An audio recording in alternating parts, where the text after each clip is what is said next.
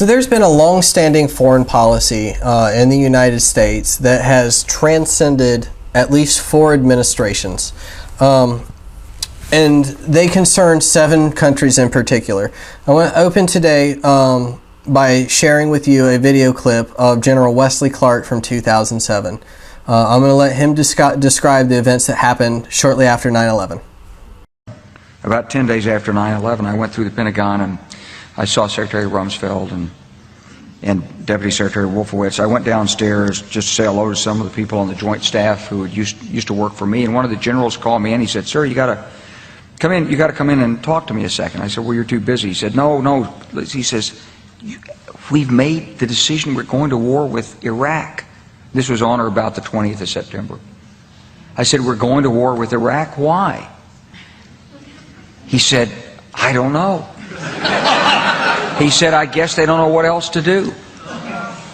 So I said, "Well, did they find some information connecting Saddam to Al-Qaeda?" He said, No. He says, "There's nothing new that way. They've just made the decision to go to war with Iraq." He said, "I guess it's like we don't know what to do about terrorists, but we've got a good military and we can take down governments." And he said, "I guess if the only tool you have is a hammer, every problem has to look like a nail." So I came back to see him a few weeks later, and by that time we were bombing in Afghanistan. I said, "Are we still going to war with Iraq?" And he said, "Oh, it's worse than that." He said, he reached over on his desk, he picked up a piece of paper, and he said, I just got this down from upstairs," meaning the Secretary of Defense's office today, and he said, "This is a memo that describes how we're going to take out 7 countries in 5 years, starting with Iraq and then Syria, Lebanon, Libya, Somalia, Sudan, and finishing off Iran." The truth is about the Middle East is, had there been no oil there, it would be like Africa. Nobody is threatening to intervene in Africa.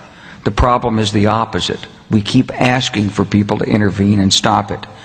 And there's no question that the presence of petroleum throughout the region has sparked great power involvement. Whether that was the specific motivation for the coup or not, I can't tell you, but there's always been this attitude that somehow we could intervene and use force in the region. So Somalia is one of those countries that General Clark named, and it's one of those countries that just never appears on mainstream outlets, on mainstream media or anywhere like that. So I wanted to do a little process tracing with you and share some bits and pieces from some articles over some time. So let's start in October of 2016 with a New York Times article. The article is titled, "In Somalia, U.S. escalates shadow war." The article says, "The Obama administration has intensified a clandestine war in Somalia over the past year, using special operations troops, airstrikes, private contractors, and African allies in an escalating campaign against Islamist militants in the anarchic Horn of Africa nation.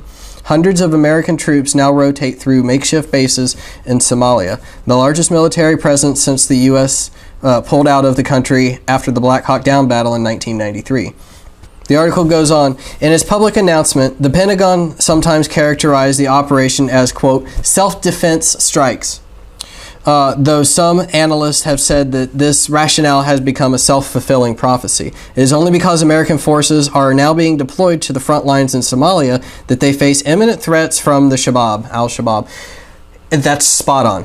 That's spot on right. I was actually in a Facebook, a little discussion earlier with a friend of mine who was complaining about, I was asking him what would victory look like in Afghanistan, and I would pose the same question to Somalia. What is our interest there, and what would victory look like? And needless to say, it didn't end with an answer. It was just love it or leave it. You don't like America, you can get out. You un-American bastards! If you don't like America, why don't you get out? Hey, if you don't like America, then you can get out. And if you don't like the colonies, then you can get out. Sort of mentality.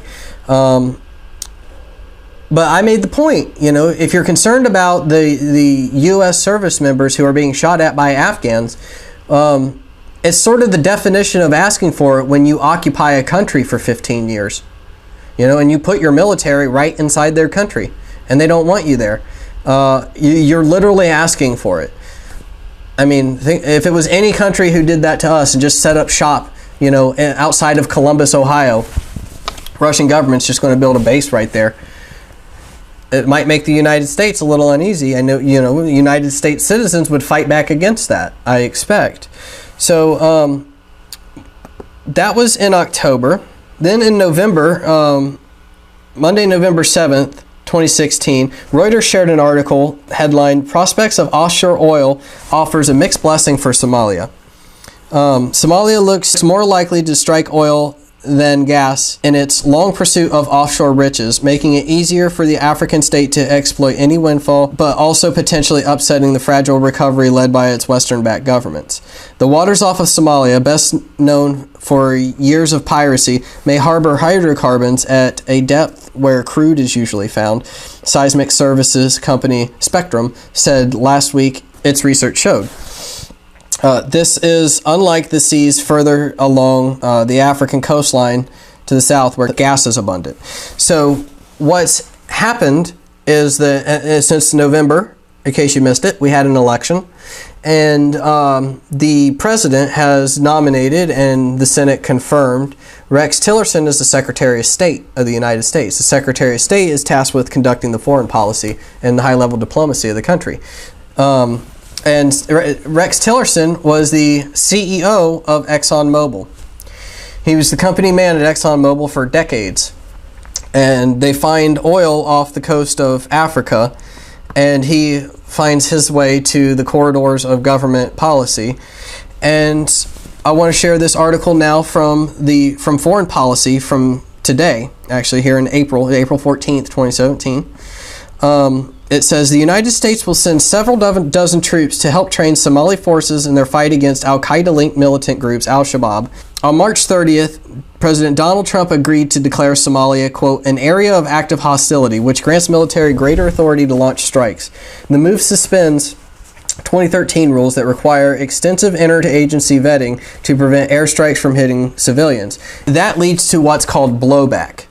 Blowback is defined as unintended consequences, unwanted side effects, or suffered repercussions of a covert action that fall back on those responsible for clandestine operations. A Pentagon spokesperson told Foreign Policy that, quote, fewer than 50 troops from the 101st Airborne Division had arrived to perform a train and equip mission with the Somali Armed Forces. They stressed that this is separate from the new authorities to attack Al-Shabaab recently granted by the White House.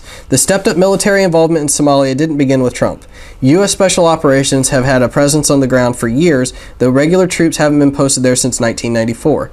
In March 2016, U.S. drones and manned aircraft launched an airstrike that killed up to 150 militants at an Al-Shabaab training camp north of Mogadishu, which the Pentagon believed was planning on carrying out an attack on U.S. and African Union forces in the region. It was the deadliest U.S. mission in Somalia in years. Okay, so nobody's saying that Al-Shabaab are the good guys or that the U.S. shouldn't do anything to combat terrorism. But in a very heavy-handed way, it appears as if the U.S. is going after extremist forces who have pledged allegiance to, you know, strong terror groups like Al-Qaeda and ISIS. In Africa's case, this would be the Al-Shabaab or Boko Haram in Nigeria has pledged allegiance to ISIS. There's also ISIS affiliates in Indonesia, and I don't see the United States going into Indonesia with the military. There's ISIS affiliates all over the place, and ISIS, the ideology of ISIS is Salafism or Wahhabism. It's a very strict interpretation of Sunni Islam. It's the exact same ideology as the Saudi royal family, the House of Saud. And you don't see the U.S. going in there with their drones. In fact, it's the U.S. giving weapons and intelligence to Saudi Arabia to commit war crimes and crimes against humanity in Yemen right now. So this to me appears as if this foreign policy has been in place for a very long time, and that it's not Trump doing this. It wasn't Obama doing this. It wasn't Bush 43 doing this, and it wasn't Bill Clinton doing this. What you see with the toppling of all these governments, this is deep state.